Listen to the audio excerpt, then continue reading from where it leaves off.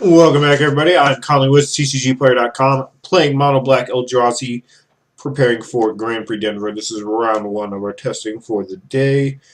We are on the draw. Our hand is very mediocre. I'm not going to keep it because if we can get this Thopter active with any creature draw in the next 3 turns, then we should be fine because we can start pitching lands. Obviously, there's another Thopter. It's not the worst, although not the best. I'm going to go ahead and play a swamp to keep us concealed here. You generally want to lead off with swamps if, I mean, obviously Ruins of War and Reef is going to be an exception, but when you have a bunch of untapped lands, swamps are going to give away the least amount of information. Alright, so if I draw Matter Reshaper, that's fine. Okay, so I'm going to go ahead and play Thopter. Again, playing swamps just to keep things concealed. Next turn, if I don't draw anything, I'm going to play Ruin. Well, I mean, obviously, but if I don't draw anything relevant, I'm going to play Ruins of War and Reef and Smuggler's Copter. If I do draw something relevant that I can play, I'll do that, even if I can't play the Ruins of War and Reef. What did he get? 6 mana Chandra. It looks like he's playing some type of Planeswalker deck.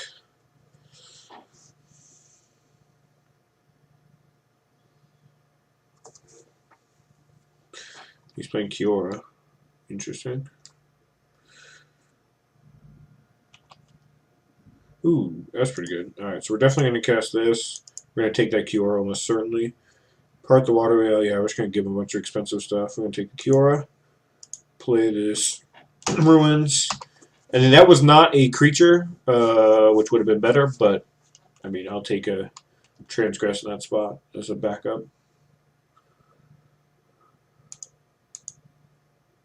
What?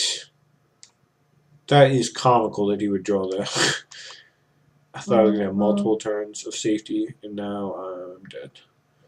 Alright, we can actually get him with this Reality Smasher, maybe. Just sitting doing nothing, this sucks. We can like maybe eat one of these Planeswalkers, depending on what he does. Because Chandra will go to 5 with a +1. What is my phone going off?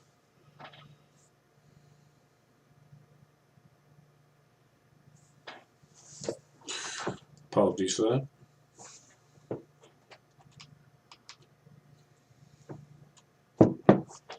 So yeah, I do get to attack Chandra. Wish I had a Ruins of War and Reef trigger. And my opponent gets to choose to either chump block and lose his guy right before he hits 6, or lose the Chandra. The thing is, if he chump blocks and keeps Chandra, he can plus it and part the Water Veil and then plus it again, and I will lose. So this is mostly just a desperate attempt.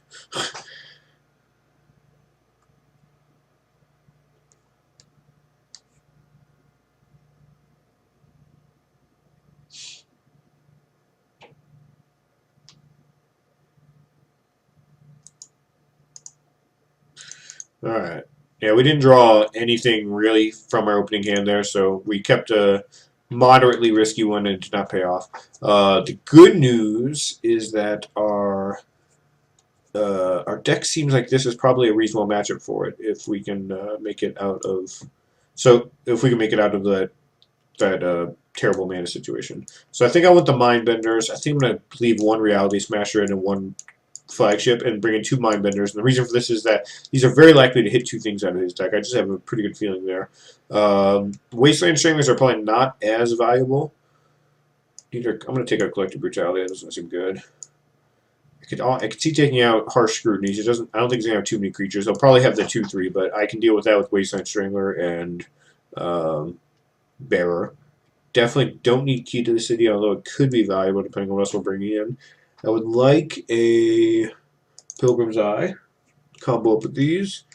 I would like a Obnixilis. It feels like a good one. And a Pick the Brain. Sure. Then I have my choice.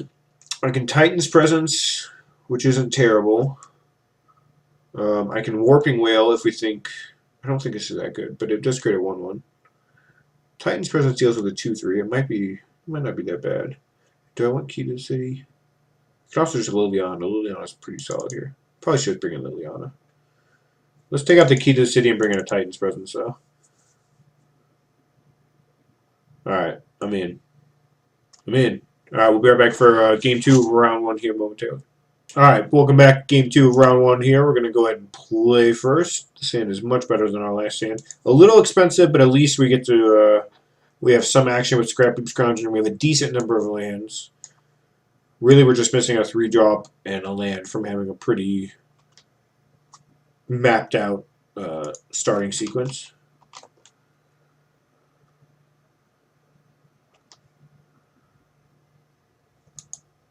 Alright, that is a reasonable card. Not exactly what I wanted here. We don't need more creature removal. We already had the Obnix list, so he's not likely to have a bunch. But I'll go ahead and play it early here for some aggression, I think. Yeah, I'm definitely going to play it early for some aggression. I'm going to play this, which is going to make it hard to cast Obnix list, but I'm not going to not play my land because if I draw a 4th land, I desperately will want to play that Thought-Knots here.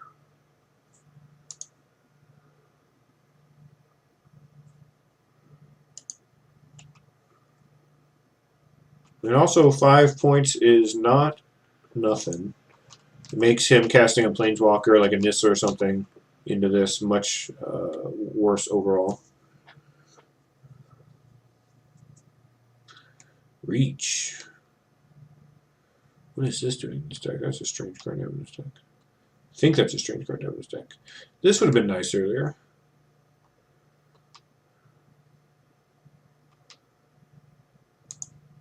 You get in there with this. I don't think he's likely to block and discard 2 cards. Maybe he will. Maybe he'll just trade. I'm fine with that too. Alright, cool.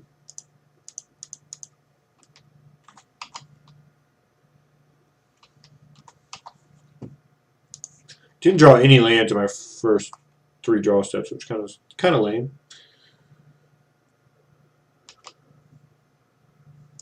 At least here I have 2 draws at a chance at lands.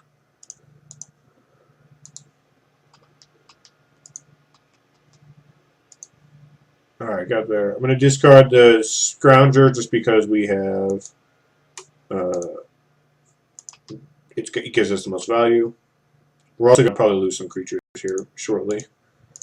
But I'm glad to get this guy down before he gets full reign over the 6 mana. Alright. Nissa is not scary. I think I just take the World Breaker. Yeah, I'm pretty sure it's true. Nissa's not scary at all. I can just Bearer of Silence at 5/5. And then he loses Nissa immediately and a land. And taking the World Breaker means that it does not get to use its ability. All around just way better.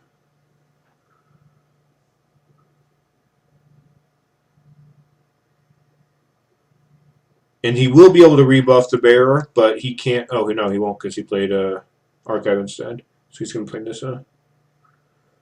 So he won't be able to rebuff the Bearer.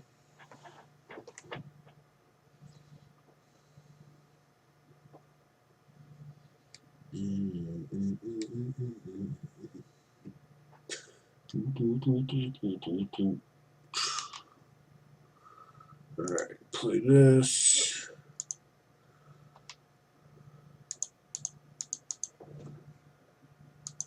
Goodbye land. Animate. Could send it all at him, but I'm going to send 6 of the Nissa. It just feels right. Nissa. Yes. Perfect. We can cast Obnix List or Reality Shape Smasher next turn. I discard the Battery Shaper so that way I have some fodder for the 2 dudes. I'm going to not play this now. I don't have a Ruins out, so 6th land isn't necessary for Reality Smasher. And if I do want to go ahead and cast Obnix List, it lets me save an energy counter. Plus, I don't think there's no 1-drop I could draw that will matter. The only way it would matter is if I drew Ruins of Orrery specifically, and I don't think that's too big of a deal.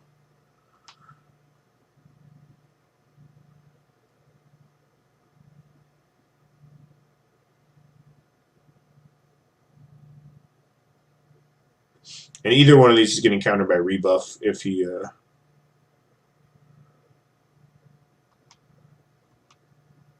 commits to that. So if he leaves open rebuff, I'm just going to double Scrounger, or at least single Scrounger. Probably double Scrounger by discarding to Reality Smasher. So yeah, that's probably what I'm going to do. Or, I'm sorry, by discarding to Smuggler's Counter.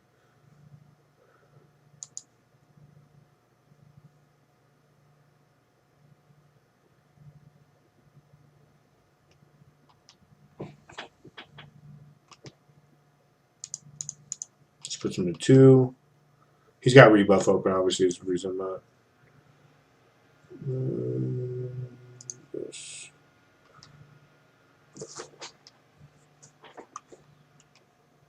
I'll go ahead and play this now. I do have this second black from the energy, so it's not the end of the world if I... Actually, well, I guess what I should do is I play this card.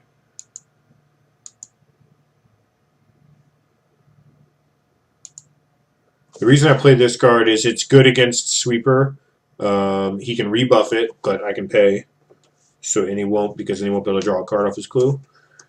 And then I can still return a Scrounger, and he's at 2, so...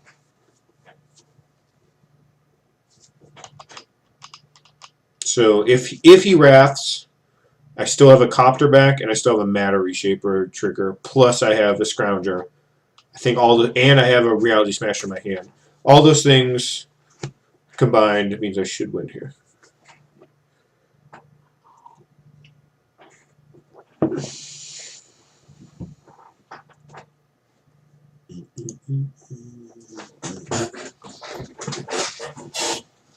Oath of J, sure.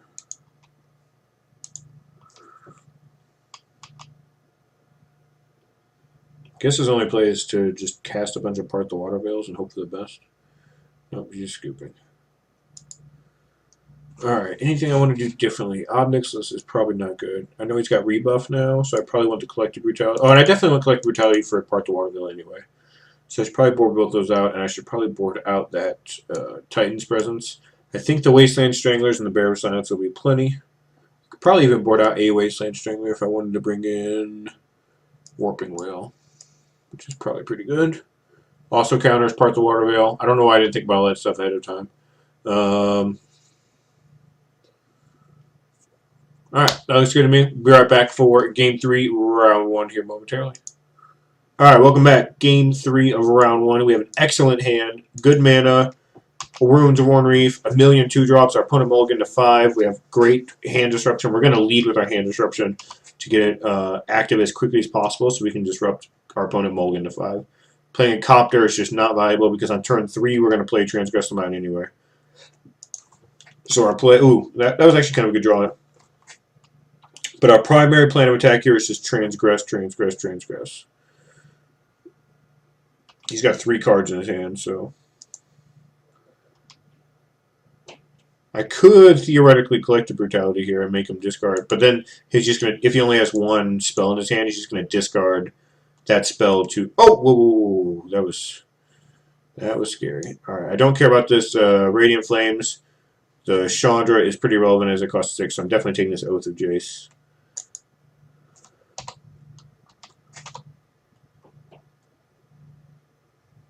Yeah, if I Collected Brutality to him and made him discard, he would have just discarded the Radiant Flames to this, which is the only card I could have taken Collected Brutality, and I would have double whiffed and been sad. So yeah, again, I'm just going to do this again. He either has Chandra plus something, in which case he can't discard it, or he's got a bunch of Radiant Flames. Now we're going to take the Chandra.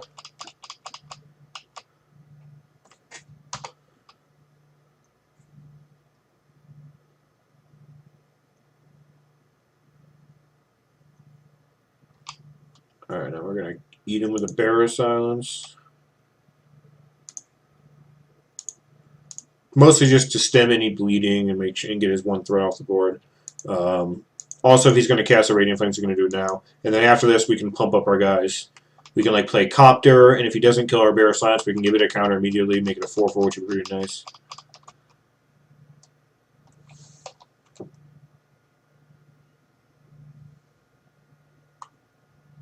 Wow, he's willing to just throw it. Do that one for one. All right, sure.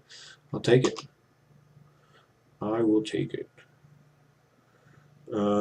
So here we're going to play.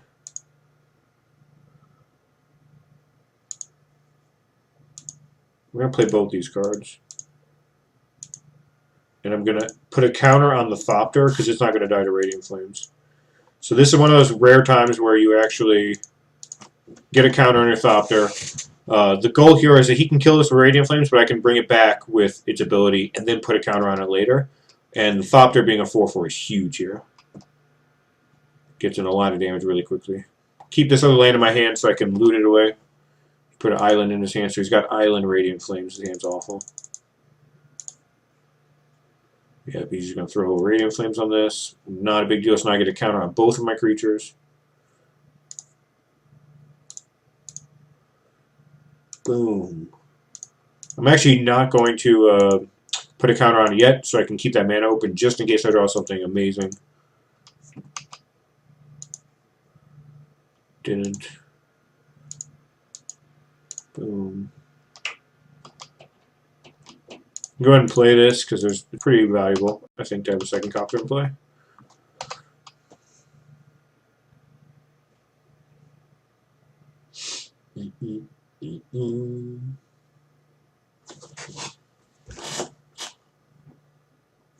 Got another land, don't care. Cool, that draw. That was a great draw. Probably going to end up putting a counter on that as well. I'm going to get in for 8 here and not activate this copter. I think 1 loot is probably fine. But I think 8 is super good because of the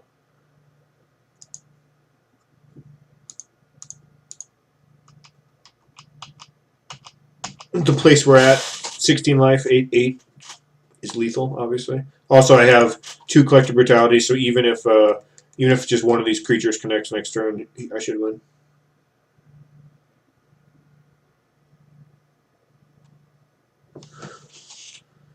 Chandra, sure, you're dead.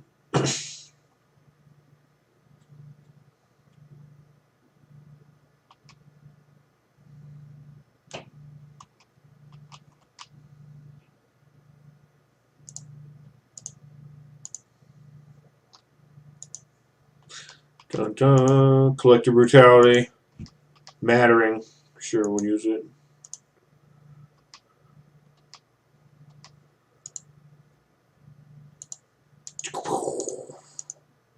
Dun dun dun dun dun. Dun, dun, dun, dun, dun, dun.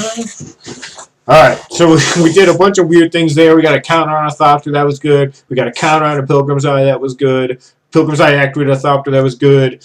Collective Brutality, Drain Life. A bunch of things that don't happen too often all happened in that series of games, so that was pretty cool. I think the reason is that matchup is not the most common. It's a pretty strange matchup to part the Watervale ramp, but you will see it occasionally. The format is relatively wide open, so it's cool that we got to see that on camera. A bunch of different weird cards. We got to exile a World Breaker and keep it gone with the Thought-Knot Seer. All kinds of cool things. You got to watch me board terribly after Game 1 and board better into Game 3. These things all happen. Learn on the job. All right, we'll be back for Game 2 of round 2 of our Mono Black Eldrazi testing for TCGplayer.com. I'm Conley Woods. We'll be right back.